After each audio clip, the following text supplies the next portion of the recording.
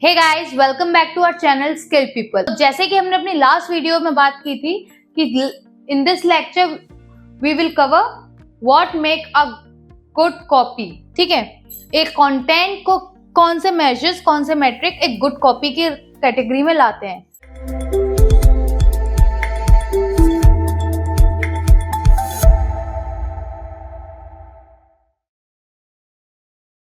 Hey guys, welcome back to our channel Skill People and in this series of digital marketing हम जो topic इस वक्त cover कर रहे थे that is copywriting. In my last videos मैंने समझाया था कि कॉपीराइटिंग क्या होते हैं, उसके बेनिफिट्स क्या होते हैं और हमने बात की थी कि कॉपीराइटिंग किस तरह से हमारे लिए बेनिफिशियल होता है। और आज की ये जो वीडियो है इसमें हम बात करेंगे कि कॉपीराइटिंग जो हम बात कर रहे हैं आप कैसे पता कर सकते हो कि कोई कंटेंट कितना अच्छा है और कितना बेकार है। एक कंटेंट के क्या मैट्रिक्स होते हैं, क्या मेजर्स होते हैं जो हम उसे फाइनलाइज करते हैं, हाँ ये कंटेंट अच्छा है, और अगर ये मेजर्स फुलफिल नहीं है तो ये कंटेंट बुरा है। तो let's get started with this video now. So जैसे कि हमने अपनी लास्ट वीडियो में बात की थी कि in this lecture we will cover what make a good copy. ठीक है, एक कंटेंट को कौन से मेजर्स, कौन से मैट्रिक एक गुड कॉपी की कैटेगरी में लाते हैं, तो आज हम उसी के बारे में बात करेंगे। एक अच्छी कॉपी राइटिंग के लिए हमें काफी सारे मेजर्स का ध्यान रखना पड़ता है, जिनमें सबसे पहला होता है ग्रैब अटेंशन। ठीक है, अब ये हम कैसे करते हैं, देखिए किसी भी चीज पे आप तभी रिव्यू दे पाएंगे जब आप उस चीज को पढ़ेंगे, उस चीज को देखेंगे। अब उस चीज को देखने के लिए सबसे पहले जो चीज वर्क करती है एक कॉपी राइटिंग में दैट इज हेडलाइंस, टाइटल और आई कैन से हुक।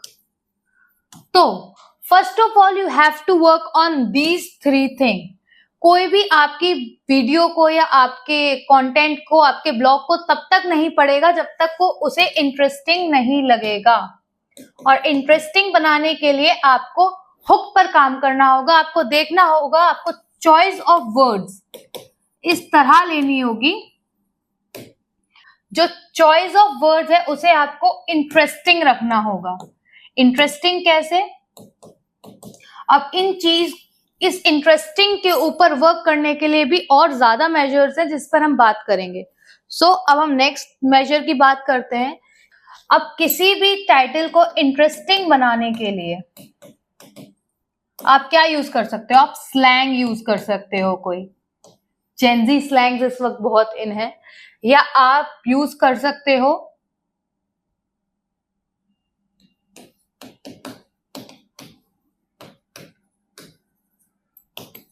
ये आपने बहुत सुना होगा, कई सारे प्रमोशनल वीडियोस इसी लाइन से शुरू। Did you know? क्या आपको पता है? या अगर आप एजुकेशनल सेक्टर से हैं तो आपने काफी बार सुना होगा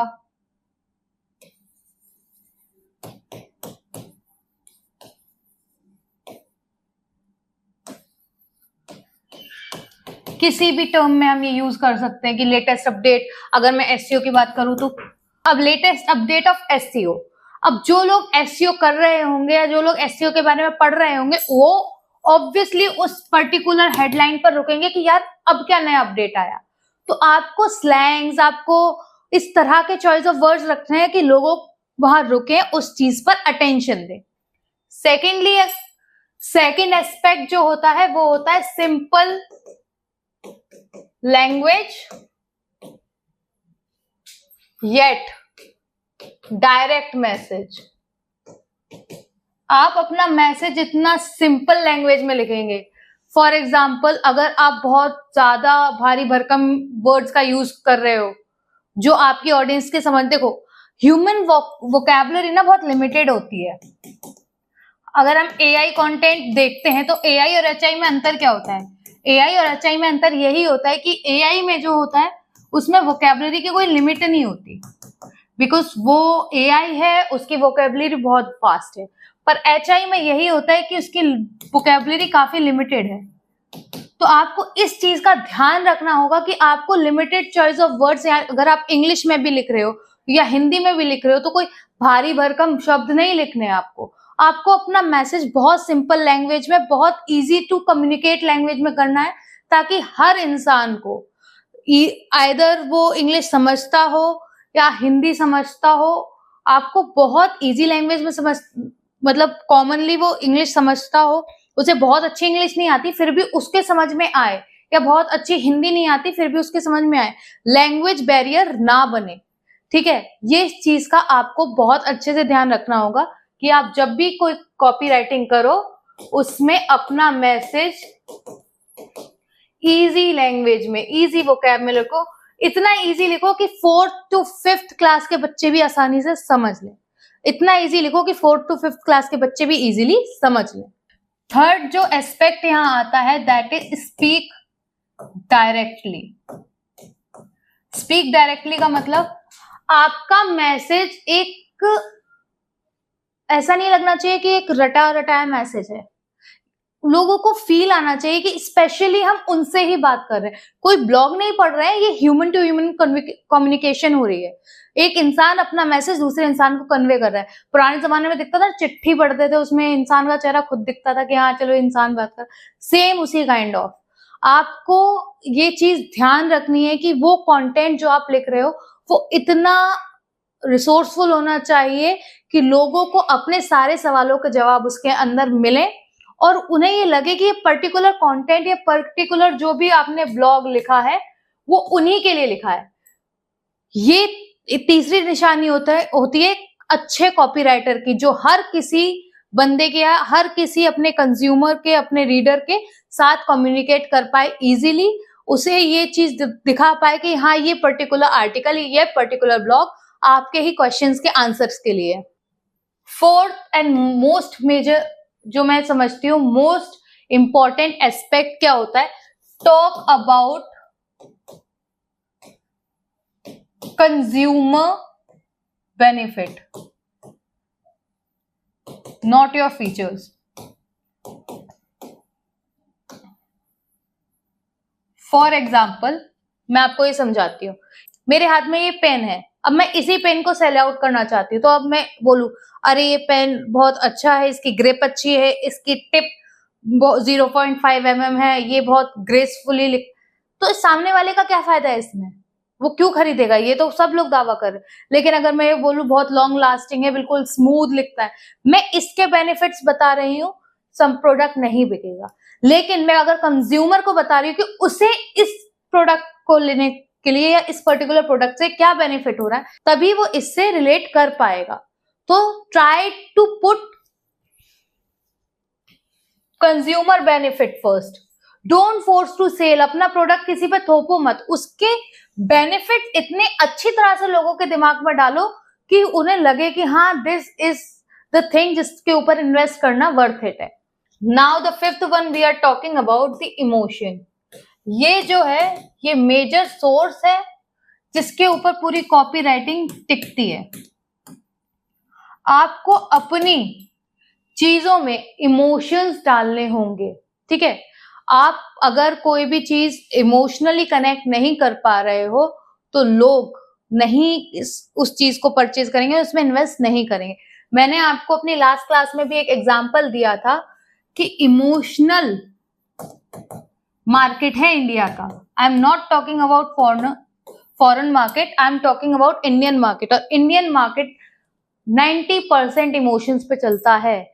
लाइक इंडिया में मैं आपको बहुत फैक्चुअल चीज बताती हूँ, बहुत ज्यादा लाइक इस चीज के ऊपर डिबेट करने वाला टॉपिक है, या ये चीज बहुत ज्यादा प्रमोट की जाती है कि इंडिया में बोला जाता था if you have a fair skin you are beautiful. But ये आई नो बहुत ज्यादा डिस्क्रिमिनेटेड चीजें हैं ये, और इसी कैंपेन के ऊपर एक पर्टिकुलर क्रीम ने, फेयरनेस क्रीम में बोलना चाहूंगी, एक पर्टिकुलर फेयरनेस क्रीम ने अपने कैंपेन चलाए हैं और उसने मार्केट को 10 से 15 साल तक पूरा लीड भी किया है, ठीक है। अब जाकर कहीं वो, अब उसने अपना नाम बदला है and they also want to come back in the market, but अब लोगों को ये बात पता चल गई है कि it's not that much true. But 15 साल किसी ने सिर्फ एक इमोशनल एस्पेक्ट पर अपना मार्केट अडेप्ट करके रखा। क्यों? क्योंकि उसे पता है कि इंडियन मार्केट इमोशन पे ही चलता है। तो make sure you have to connect with the emotion, not in the wrong way. आपका हर जो कंटेंट है उसमें एक वैल्यू डालनी पड़ेगी, उसका एक एस्थेटिक होना चाहिए, बट ये बात बहुत हद तक सही है कि इंडियन मार्केट इमोशनल है। तो if you want to work on, if you are working as a copy writer, तो आपको ये चीज फैक्चुअली डालनी पड़ेगी कि हाँ, इमोशन होना जरूरी है, तभी इंडियन कंज्यूमर कनेक्ट कर पाएगा। 6th, अगर आप ब्रांड बिल्डिंग कर रहे हो तो स्टार्ट टेलिंग स्टोरी।